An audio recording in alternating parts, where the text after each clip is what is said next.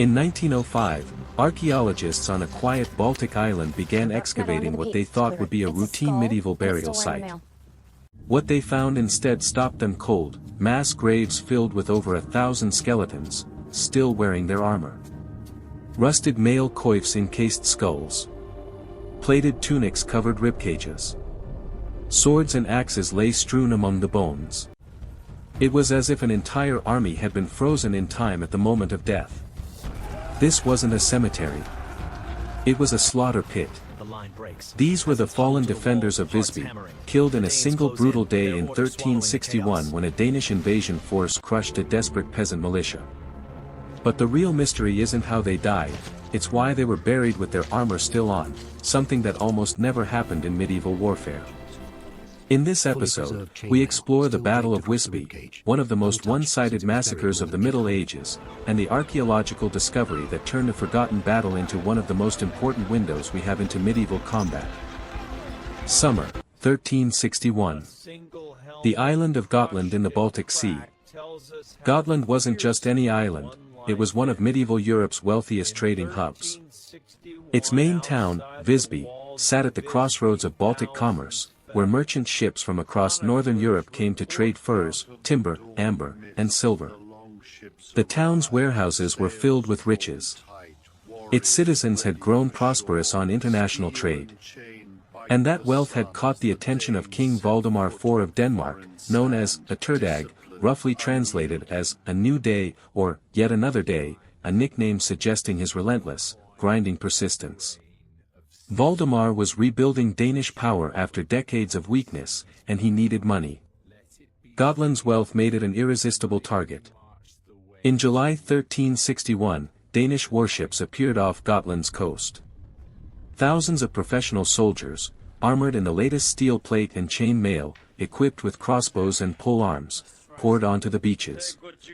The Gotlanders were unprepared. Visby's wealthy merchant leaders had no standing army.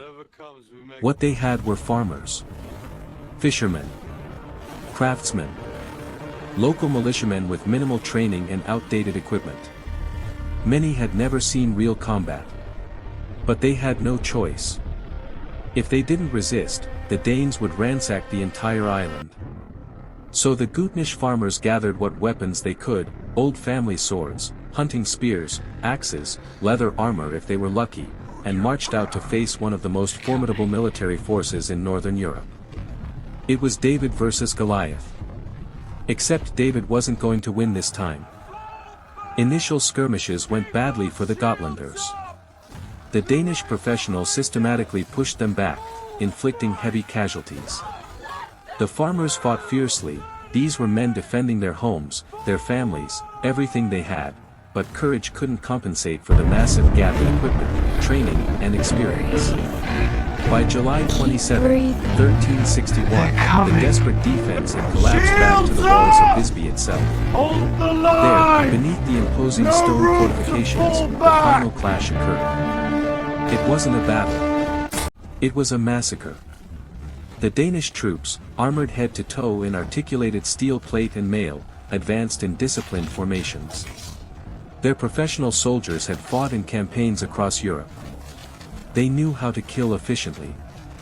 The Gotlandic defenders, many wearing nothing more than padded cloth gambesons, some with no armor at all, stood little chance. Danish knights on horseback crashed into their lines. Crossbow bolts punched through leather and cloth. Professional infantry with poleaxes and swords cut down farmers who barely knew how to hold a weapon properly. The killing was systematic and brutal. Contemporary accounts estimate that 1,800 Gotlanders died in a single day. To put that in perspective, that's more than the entire male population of many medieval towns. The fallen included not just adult men, but teenagers, boys barely old enough to lift a sword, and elderly men, grandfathers who had taken up arms in a hopeless last stand. The field outside Visby's walls became a carpet of corpses. Inside the city, Visby's merchant leaders watched the annihilation from the ramparts. They faced an impossible choice: open the gates and surrender, or watch the Danish army storm the walls and sack the city completely, killing everyone inside. They chose surrender. King Valdemar accepted, but only after extracting a massive ransom. The merchants of Visby paid him an enormous sum in gold and silver to spare the town from being burned and looted. Valdemar got what he came for, Gotland's wealth, without having to fight his way into a fortified city. For the Danish king, it was a profitable summer campaign. For Gotland, it was a catastrophe that would echo through centuries. Now here's where the story becomes extraordinary. After the battle, the Danes faced a logistical nightmare, over 1,800 corpses rotting in the July heat outside Visby's walls. In medieval warfare, disease from decaying bodies could kill more soldiers than combat. The bodies had to be buried immediately. But there was something unusual about these burials, something that wouldn't be discovered until 544 years later. Normally in medieval battles, the victors would strip the dead of anything valuable before burial. Armor was expensive. Chain mail alone could cost as much as a war horse. Steel plate armor was worth a fortune. Weapons, boots, belts, anything metal or leather, all of it would be salvaged. Leaving armor on corpses was like burying them in gold coins. It simply didn't happen. Yet at Wisby, something went wrong with this usual process. The combination of overwhelming heat, the massive number of corpses, and the urgent need to prevent disease meant the Danes couldn't complete their looting before decomposition began. Bodies that had been lying in the summer sun for even a day became too horrific to handle. The Danes dug massive pits and shoved the corpses in, many still wearing their armor, and covered them as quickly as possible. Those mass graves remained undisturbed for over 5 centuries. Then in 1905, archaeologists began excavating the fields outside Visby's medieval walls. What they uncovered stunned the archaeological world. Scene 4, the graveyard speaks. Pit after pit revealed skeletons still clad in rusted armor. Mail coifs, chain mail hoods, still encased skulls, the iron links fused together by centuries of rust.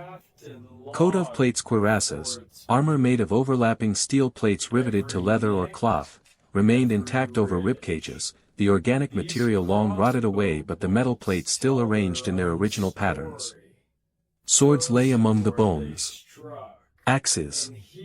Knife blades. Crossbow bolts still embedded in skeletal remains, showing exactly where the killing blows had landed. It was a snapshot of medieval warfare frozen at the moment of death. Archaeologists ultimately uncovered at least 1,185 individuals from 5 mass graves around Visby. The site became known as the Wisby Armor Graveyard, a macabre time capsule unlike anything else in medieval archaeology. The skeletons told a grim story. Many defenders had worn outdated equipment, armor styles that were already obsolete by 1361. Some had only padded cloth gambesons, which had long since rotted away, leaving skeletons with no armor at all. The bone analysis revealed something even more tragic. A large portion of the dead were teenagers, some as young as 14 or 15, or elderly men well past fighting age. This wasn't an army. It was a population pressed into a hopeless battle. The wounds visible on the bones confirmed the one-sided nature of the fight. Skulls showed massive trauma from poleaxes and maces. Limb bones had been hacked through by sword cuts. Crossbow bolts had punched through chest cavities.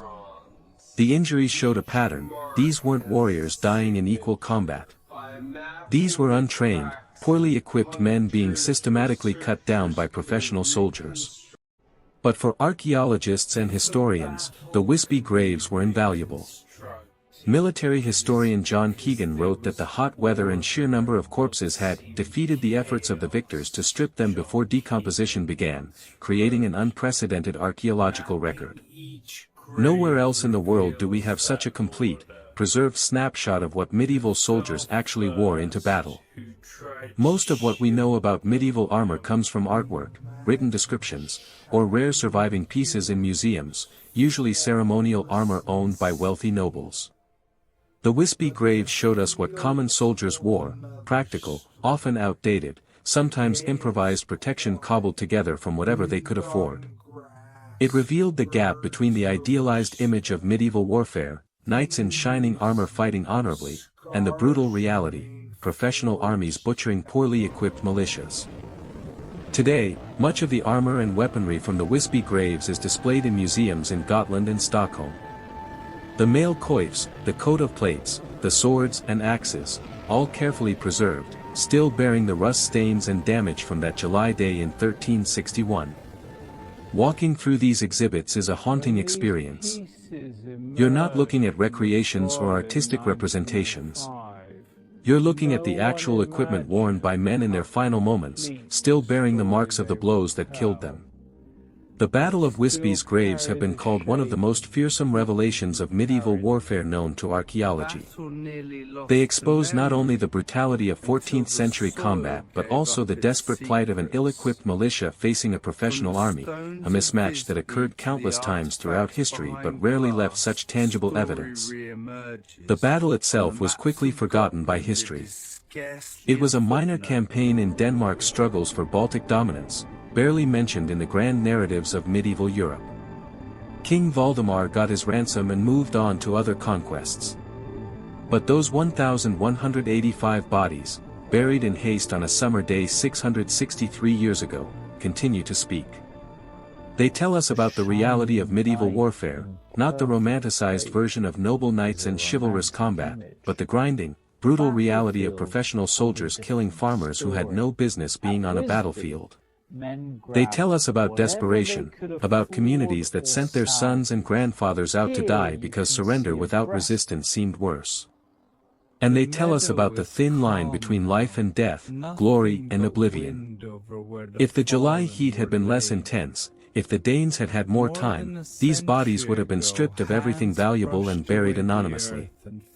Instead, a quirk of timing and temperature created one of archaeology's most important windows into the medieval world. The fields outside Visby are quiet now. Grass covers the mass graves, marked by simple memorials.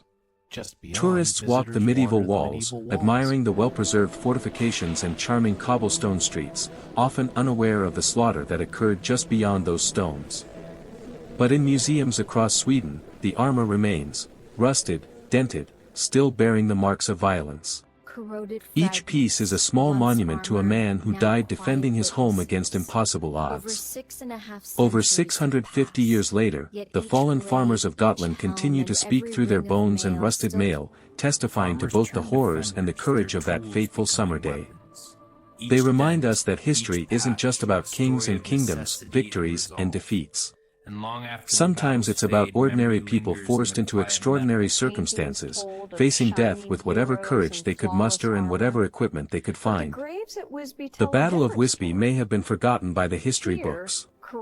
But thanks to the accident of hasty burial and summer heat, its victims achieved a kind of immortality, not as heroes, but as witnesses to the brutal reality of medieval warfare. And that testimony, preserved in rust and bone, may be more valuable than any victory.